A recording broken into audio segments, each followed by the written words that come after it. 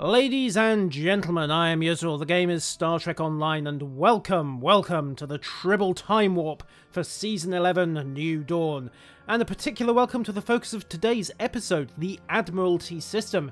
This is essentially an expansion of the Duty Officer system. It unlocks at level 52 at the moment. This is of course Tribble, things are subject to change, and you start with 3 mission slots. The rest will unlock gradually as you progress through these side campaigns, and as you can see I've actually got the first mission in play here for Starfleet. The Tour of Duty, we are I believe exploring a nebula somewhere, not quite sure. However, there's still 5.5 hours to tick on that. It takes 20 hours to run one of those missions, so we'll see what that brings up in future time warps. As for the rest, you get a variety of duty officer missions, so we've got a couple here that are ready to go. First one, escorting a high security prisoner transport. That's gotten us 4 prisoners, a bit of campaign experience for Starfleet, and 50,000 energy credits, as well as 5,500 skill points. So that's what, about half a mission's worth? Not a bad little one to start with. There we go, and 4 prisoners in the brig. We've also got an exploration mission here, so we're mapping the interior of an unexplored nebula. You've got a package of uncommon R&D materials, a bit of campaign experience, and not all that much more skill points, but hey, it's a low-risk, low-tier mission. Welcome aboard, Alexia. So I'll complete that one as well, and it's automatically opened the packages, some rubidium, some hexafluorine, bit of tritanium. Meh, it saves actually having to go around and haul the things out of the nebula itself. So, what have we got? Well, let's start with a campaign, shall we?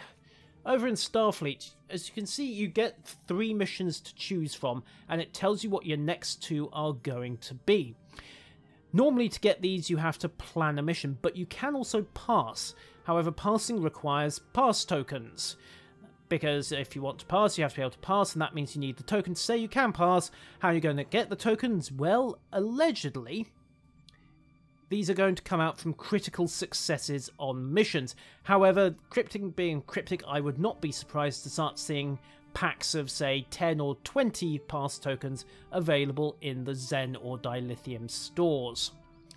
However, for the moment we have got 3 standard missions to work with. So, what shall we start? Let's be nice. Let's go send response to a medical emergency. Plans a mission.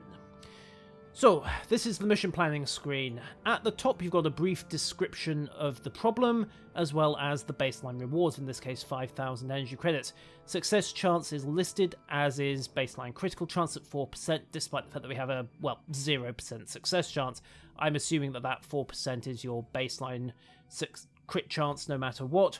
There's also an event going on, the Lucky Vein. If you get this right, you'll happen onto a bit of dilithium and pick up some spare dilithium ore. So, what do we need? We need a ship, and we've got a lot to choose from here. Thankfully, you can filter things. So, interestingly, you cannot drag and reposition this window, which is a bit of a pest. You have access to every ship you have ever commanded in your tier.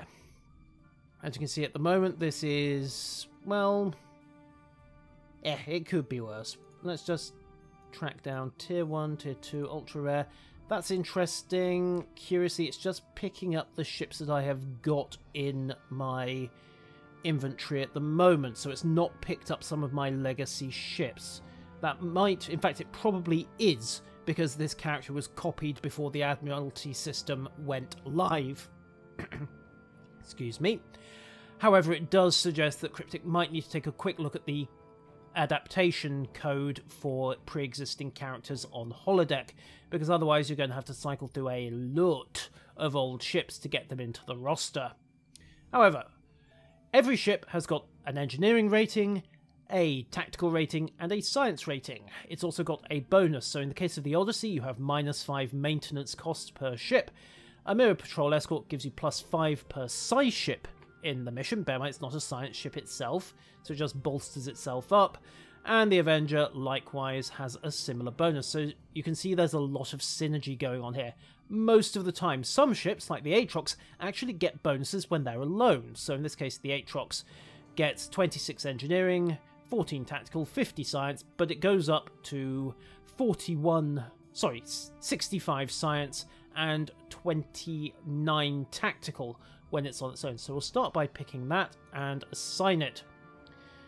As you can see, that's more than enough for what is a relatively simple mission. We have exceeded all 3 requirements, and indeed we have a bonus as well. So we have a success chance of 100%, critical chance of 32%.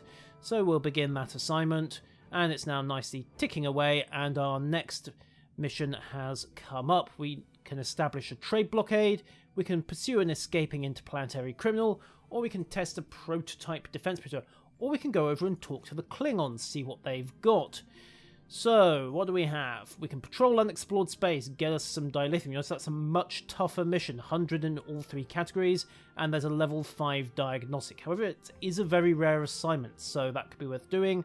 We've also got to ensure the return of some salvaged weaponry. Hard on the engineering, easier on tack and side, but there's an interference nebula running along. Let's take a quick look at that one.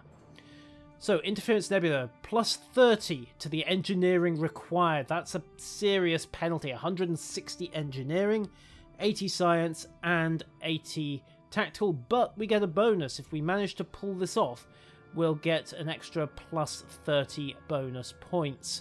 Maybe. However, let's take a look. We need some heavy engineering. So we'll start with the cruisers, I think. We'll pull out the Voth Bastion cruiser. Lock that in. 54 engineering in place. Second ship, we're going to need another heavy of some description. So I'm guessing we're going with the Galaxy X, the Dreadnought. And last but not least, we need another 54 support cruiser retrofit. There we go. So you can see we're coming in a bit shy here. Only 158 engineering, 61 science, 66 science, 61 tactical, my apologies. Bit short on the total points, but we do have the bonus. Success chance 89%. So let's get that one rolling as well. And as you see, it's queued up the next mission, told us what the next one's going to be. And again, we'll let those missions tick out, plan and pass. So far, it all seems pretty solid, except for this thing that I can't access my lower level ships. I'll copy another character across, see if that's what it needs to break it, but Cryptic do perhaps need to look at their conversion for old pre-existing characters, because of course every character on holodeck, well, within about 5 minutes of the server going live, will be pre-existing, so if it's not picking up the old ships as it's meant to, that could be an issue. Other than that, the missions appear to be rewarding as expected, more or less. And, well, generally, everything seems solid at the moment. We still have no real source for pass tokens, although you can only possess 50 of them, worth noting that list as well. And, well, that's pretty much it for the moment. There's not a lot to say about the Admiralty system right now. It's a good little way of allowing your characters to progress off-screen, as it were, especially with the 20-hour tour of duty assignments. And, well, it's like the duty officer system, really, a nice little earner.